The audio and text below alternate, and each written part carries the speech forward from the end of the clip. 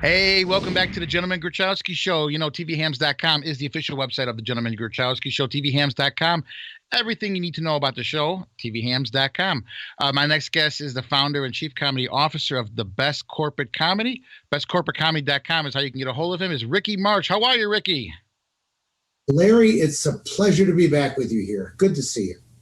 It's good to see you. It's been a while since we've talked, but I'm glad you got here. Can you tell us about what you've been up to these days? Because I know everything's been kind of locked down, and things are slowly starting to get back on track. So can you tell us what you've been up to? Well, as you know, I used to produce and perform regularly at comedy shows, and that went away in March. I did 2 shows outside in August, and nothing since then.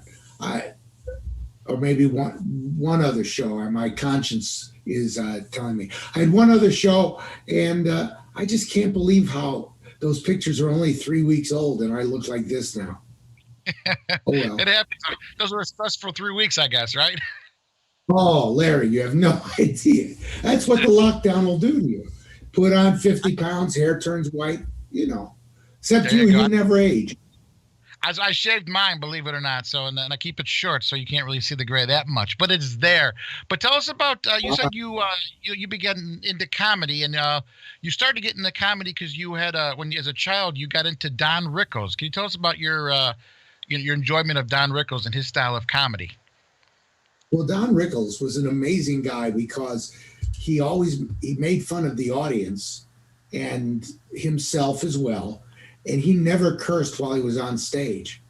I mean, if you were a big person, he would have fun with you, and if you were not as pretty as some, he would have great fun with you. I mean, he would really rip you apart, but the audience loved it, and I loved it. And I saw him at 13. I was 13 at Mill Run Theater in Golf Mill. If you're not in Chicago, you don't know what that means. But that's the first time I saw him, and that is what made me want to do stand-up.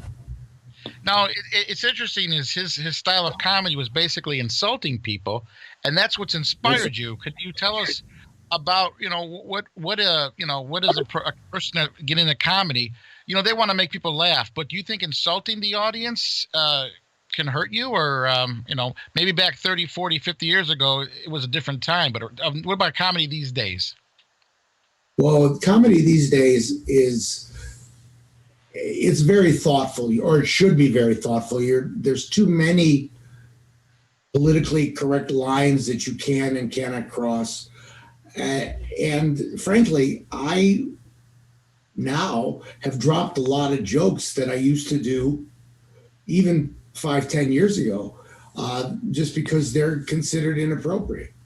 And it's unfortunate, but that's how things change.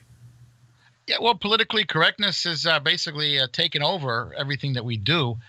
But you know what? As a comedian, you have to adjust and go with the flow and go with the times. And I guess that's one of the things that, as a comedian, you have to do. And it's what also gives you a comedian a chance of have some stability, right? Where you can, adjust to different audiences or adjust to your whole routine sometime, right? Absolutely depends on the audience. I performed for church crowds. I performed for high schools. I've been in comedy clubs all across the country, and everywhere you go, it's a little bit different. In North Dakota, for example, very, very right-wing people. In Miami Beach, obviously, different crowd. One of the most fun shows I ever do is here in the Chicago area at Cigars and Stripes in Berwyn, because in there's really no limits to how far you can push the envelope. It's really a lot of fun. The audience loves it. The owner appreciates it. And it's a very freeing experience. I like it a lot. Now, do you see when you're doing like you see Cigars and Stripes as an example? You see when you get up there that people just want to laugh. They're just tired of the world is tough these days, and just people just want to just laugh for whatever reason. They don't care what. It just give them a reason to laugh, right? I would think so. When we get back, I mean, you said that we're getting back to 25% occupancy in bars and restaurants. So, hopefully sometime before baseball season, we'll be able to get back into comedy clubs and That start performing again. that would be a wonderful thing, and I definitely love the see your shows again, because I've missed seeing your shows. It's been over a year since I seen anything that you've done as far as live. Can you tell us about what you've done with Larry Bloom and it was a Funnier by the Lake? Tell us about that. What you've done recently. Larry Bloom and I became partners with him at Funnier by the Lake, funnierbythelake.com, and we produced shows on the North Shore in that area. We had a show at Maggiano's that was once a month, Maggiano's in Vernon Hills. And then we had a show regularly at the Buffalo Grove Arts Center, and that was good. And there's other venues that have approached us, but now we're all shut down, so it doesn't matter. Well, when things pop up again, obviously you'll be able to get back to normal.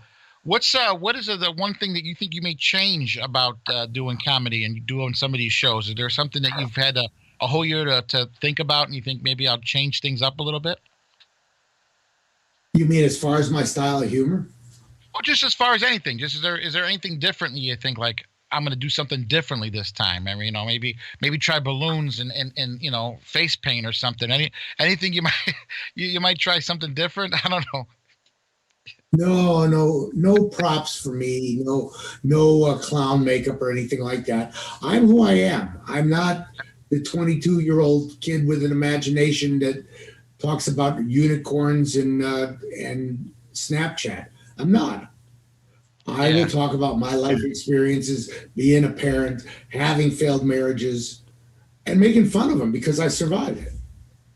And I think with those are some good topics, because everyone has had either is a parent or had a parent, of course, and everyone's failed at anything. I mean, relationships we all fail at, right?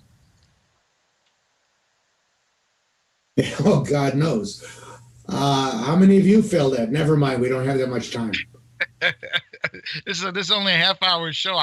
We'll be here all night. I no matter what it is, I failed at it. I don't know how that happens. It's like one of those things where no matter what I should say, I always say the wrong word. But I'm okay with it, though. It doesn't bother me because I'm at least whatever. But anyways, let's on a serious note. You said you've been doing something with a new technology that may be taking over the world sometime soon. Tell us about your you've been working with what's a Bitcoin or something like that? Cryptocurrency, right? That's a digital currency that maybe 20 years from now will be 100% mainstream, and people can buy and sell the Bitcoin now. It's not accepted very many places, like retail places and so forth, but around the corner it will be, and I think it's going to be very, very huge. And I think I heard something I don't about own any Bitcoin because one Bitcoin is like $30,000, so I don't have any. Well, I think I heard something about a football player being paid part of his salary in Bitcoin within the last couple of weeks. I heard about that. I'm not sure where that was, but so people are starting to catch on with that, and they're definitely and it's good that you're working with that, because then you could get in on the ground floor with it, right? Well, I don't know about the ground floor because it's been around for a while, but you know what? If it's going to the 80th floor and you get on at 30, you're still going to have a nice ride. Yeah. And what do you like about yeah. What do you like about that kind of currency? Is there anything you like about it? Well, it's just an opportunity for me to leverage or trade. I mean, I don't see using Bitcoin to do anything nefarious like that, but it's going to be a generally accepted payments. Like, we used to write checks for everything, right? Right. You could even go to the schools and write a check. Well, now all you have to do is wave your phone, and they take dollars out of your bank account. But let's say they don't start taking Bitcoin. And PayPal and Square both are accepting Bitcoin. Okay. I kind of like the smell of money, don't you? Kind of. It's kind of a good smell to it. I don't know. Maybe it's maybe means you got something that you need or something. But I just like to smell money sometimes. Not that I ever If they could sniffed make any money. money, yep. If they could make money like smell like maybe a T-bone steak, there you'd have something. I think that's something I definitely would enjoy. And with bestcorporatecomedy.com, that's your website. Right. You can book parties and you can book yourself. And tell us about if someone were to give you a call and contact you, what can you sell them or help them out at least at bestcorporatecomedy.com. Well, right now I can provide a 3 to 5 minute roast where all I do is talk about that person or their friends and family. So it's like a little personalized greeting card, uh, and I do it for very few dollars because I don't have to write a lot and I don't have to leave my home, go to a studio, and so forth. I'm just doing it into my phone or into my computer here. It's a very so you can get those little greeting card type things, or you can hire me for a half hour full blown roast to come and make fun of everybody in the room. And that's a great night. One of my best experiences corporate wise was a car dealership in Wisconsin. And I went there and I had one joke written about every employee that I got off the website. And people were dying till I got to the next person, got to the next person. And I said at the end, did I miss anybody? And two people raised their hand. And I said, how stupid are these people to want to be ripped apart like everybody else in the room? And that was a great night. And it was a lot of fun.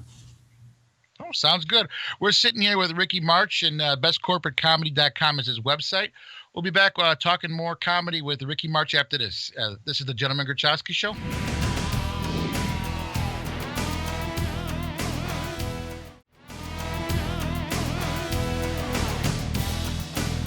Hey, welcome back to the Gentleman Grachowski Show. We're sitting here with the chief comedy officer at the bestcorporatecomedy.com, Ricky March. How are you, my friend? Larry, it's so good to see you again. I really missed hanging out with you.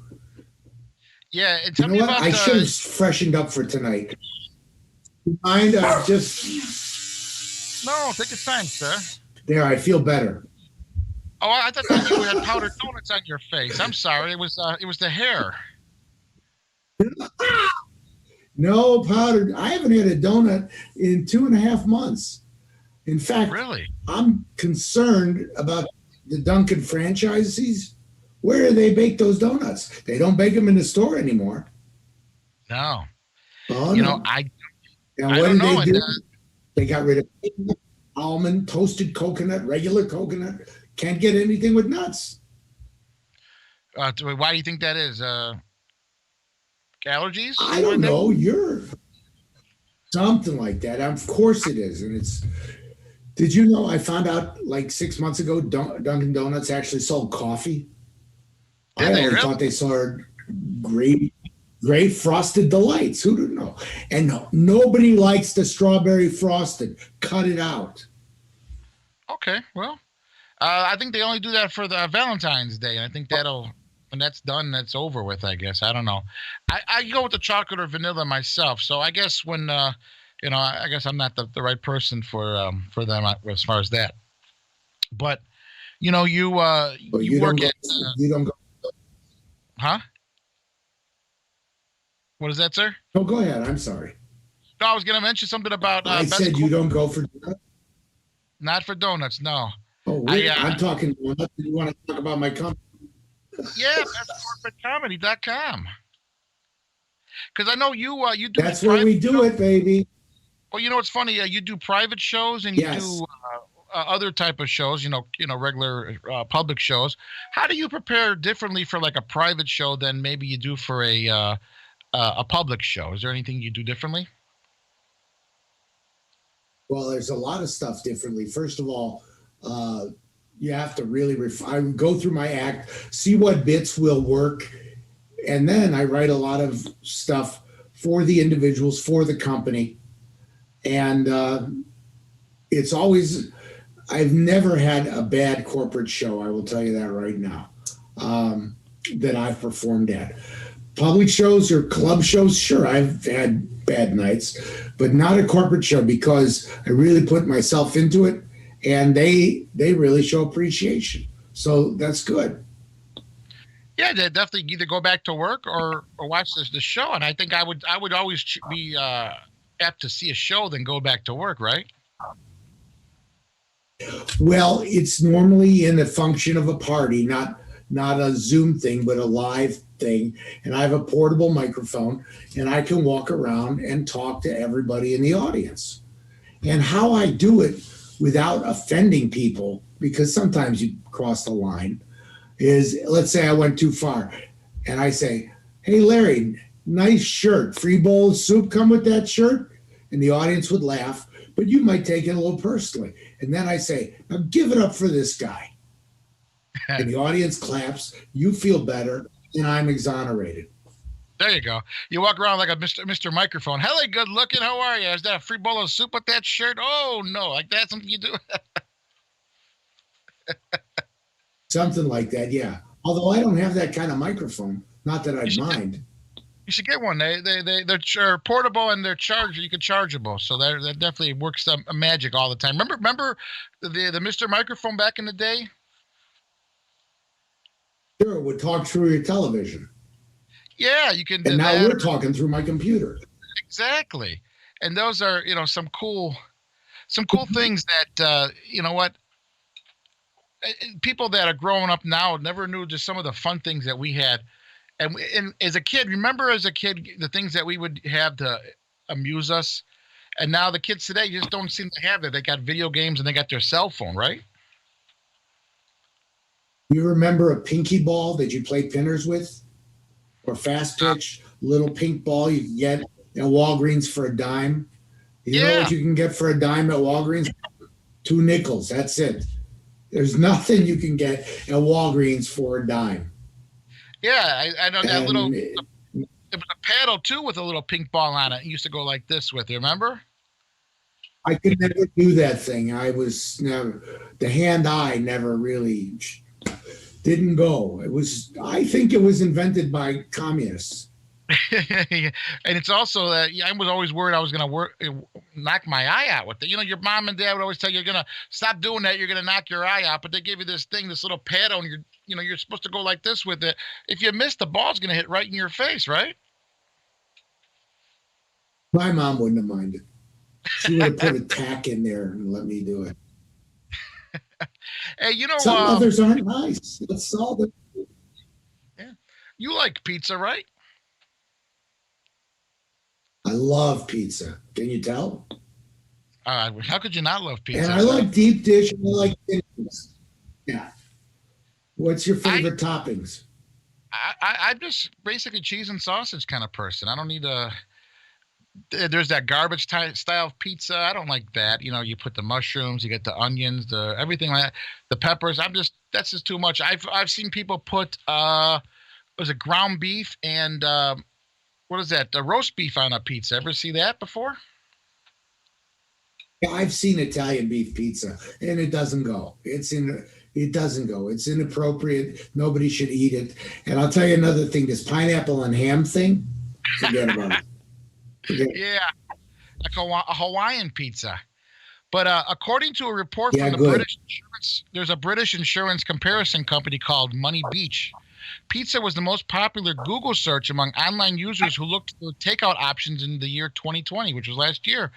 The report at Google data, the 109 countries, pizza takeaway was the top fast food related search in 44 nations. Could you imagine that? Pizza. Chinese food came in second with 29 countries. Sushi rounded out the top double digits. And fish and chips, and 6 countries we had fried chicken and lobster. So those were the top searches. What would you did you do a lot of takeout this year with COVID going on? Well, we did a lot. We used all the services, DoorDash, Uber Eats, etc., and they all have their good points and bad. Did we do a lot of takeout? No, because I tried to eat. See, it's impossible to exercise and now in the winter even go out and walk. So tried to eat a lot of vegetables. I cut out cream and milk from my diet, and I feel better. But to answer your question, only once a week for takeout. Yeah. Do you It's too think expensive and it's doable for you. if you could roast a takeout company, I'm not a specific company, but what would you roast a takeout guy if you were invited to the takeout company and they were to say, Ricky March at bestcorporatecomedy.com, we want you to come here and roast us. What would you think you might have a joke or two for takeout people? Yes, I would tell you that I would love to roast Arby's because it's paper thin. It tastes like paper. Nothing good there. The bun is too thick. The meat doesn't taste like anything. All you have is the barbecue or horsey sauce. Sorry, Arby's. Oh, It's no, no. horrible. Hey, Ricky, why wouldn't the hamburger stop making jokes? Why? Because he was on a roll. Oh, wow. Did you write that yourself? No, no, no, no. I'm not that Because if creative. you did, no, that's not creative. If you did write it yourself, you should take an aspirin, lay down, and we'll see you in group. Sorry. See, that's my response to that.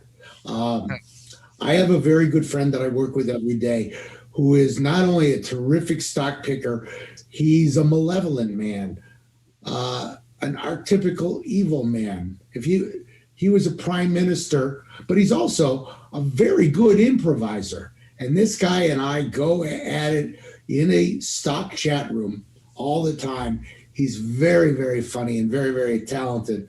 And I hopefully he'll never see this show because if I say nice things, it goes right to his head. But that's the kind of fun that I have to have now because I'm not talking. You're not around people. If I saw you, I would give you a hug in person, and no tongue necessarily, but a big hug from men. It just makes you feel better. I mean, maybe not at your venue where you're working, but at comedy, yeah. Well, I miss don't the you wish connection. don't you wish you can go out and just hug the whole audience one at a time? You think that how do you think that would go across as a comedian? You just going out there hugging people. Well, back in the day, and which is like 8 months ago, at the end of a show, I would go out and shake hands with the people in the audience. Or as they filed out, I would shake their hand as they left and said, "Thank you for coming." Trying to sell them a t shirt or two. You've seen the Fidge Fee t shirt, but you can't do that now. So there's no shows, there's no selling of merch. Um, it's a different time. I think that would be fun to do as a stand-up comedian is to go there and they cough on everybody as they're leaving. You think that would Oh bring them? no, come on. You don't want to stress people. I've never been attacked as a stand-up comic, but there's always a first time. Yeah, I guess. Now you I would mentioned your try to avoid t-shirts. that. You mentioned your t-shirts. Can you tell us about those? I know it's what JF. What is it? FYJFY. It says Fidge Fee. You smile. You say it with love. It makes the world a better place. Fidge Fee. Larry, are you going to work late tonight? No, I'm not. Fidge Fee. Dennis, are you going to have this finished in about 20 minutes? No, I'm not. Fidge Fee. And Fidge Fee stands for F yourself. Just F yourself. But when you smile and say with love, it makes the world a better place. And See, I I was sell always told. those. The pitch is I sell them for $20 at the end of the show. And one day when I snap and kill someone, this will be $50 on eBay. There you go. Sometimes it's not what you say; it's how you say it. And could you say, tell us a really quick, because you at one time you were Cranky Ricky, right? Or do you still go by that name? Frank, excuse me one second. Oh, okay. Well, you It's were. not vodka, I promise. Cranky Ricky. Yes, That was a great guy, right? I'm still Cranky Ricky on Twitter. Okay. I'm still Cranky Ricky on Twitter. I was going to go by that as a professional name, but not so much anymore. Now just Ricky March. Now, does an angry That's where comedian you do? can find me on Facebook. Do you think an angry comedian would do better, That's, or a silly comedian? Who do you think really would nowadays? well, I don't know if I would use the word silly. I would have to say an intelligent comedian who used his words carefully and appropriately, not to offend, and still get his point across. That's what I would say. And it sounds very serious, but the I'll give you an example, Larry. The Dean Martin roast, remember those from Yes. back in the day? Dean Martin used to have a celebrity panel roasting another celebrity. And when you look at the tapes of that, or if they're running on TV, they started out by saying these events were recorded when certain jokes were more appropriate than they are today. So there were a lot of racial comments, a lot of sexual innuendo, uh, this, things that discriminated against blacks, Jews, Mexicans, Latinos. I mean, you pick. So there was a lot of that, and now you have to be careful. Yeah. Well, you always got to be careful these days. 'Cause, people are, I think, are sensitive, and sometimes I don't think people want to laugh. That's kind of a little depressing if you think about it. And I don't think people want to laugh. They just want to be maybe depressed, or they want to be aggravated or something like that. But you know what? Cranky Ricky March here. you're never a man that's angry in my book. You're always a fun guy to be around, and I always enjoy having you. Bestcorporatecomedy.com is your website. And you know what? You can always catch you on Facebook. You have a page there too. Yes, I do. It's Ricky March on Facebook or Cranky Ricky on Twitter. Okay, cool. All right, Ricky, thanks for stopping by the show. Hopefully, you can come back again sometime, and we'll shave the other side of that face. How about that? You're the best, Larry. Thank you so much for having me. It's a All right, pleasure. thank you. All right, buddy. Thank you, Cranky Ricky. This is the Gentleman Gorchowski Show. Thanks for watching. We'll be back next week. Have a good one.